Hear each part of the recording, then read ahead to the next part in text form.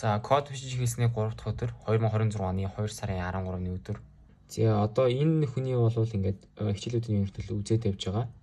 Одоогийн байдлаар ингээд 7 дугаар хичээлийг үзэж байна.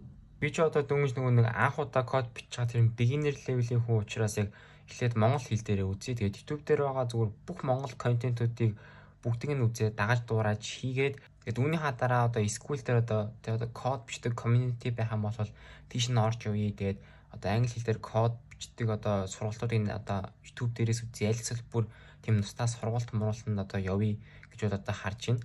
Эхний ээлжиндээ юутай ч гэсэн YouTube дээр бүх монгол контентуудаа үзээд дагаж хийгээд бүр 1-р ангийн хүүхд бодлого тэ бодож байгаа юм шиг юмд бол амархан байдаг болоо тий. За одоогоор их юм бол ийм хүлэм хийгээд байж гин. Яг зүгээр дураа одоо энийг зүгээр дуурайгаад бичсэн. Гэхдээ энийг бол ерөнхийдөө ойлгохгүй байгаа. Тэгээд өнөөдрийн үед юм бол баг 1 цаг 30 минут бол батны суудсан. Тийм учраас одоогонд бол ингээд шоон завсарлага аваа сууж гин. Тэгэд код бичиж чаад мэдхгүй юм гарах юм бол ерөөсөө маш энгийн. Одоо ингээл ерөөсөө Grok руу ороод ингээд асууж байна.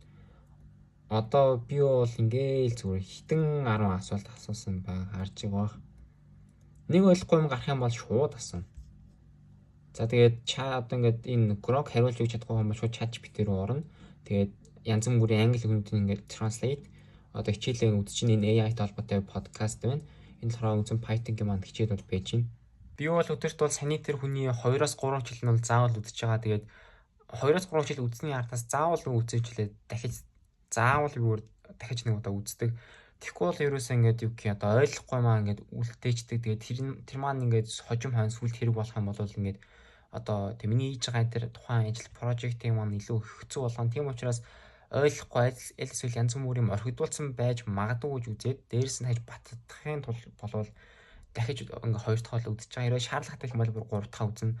Одоогийн байдлаар одоо энэ үзэж байгаа жилийг би одоо ойлгохгүй. Би энийг ойлгохгүй.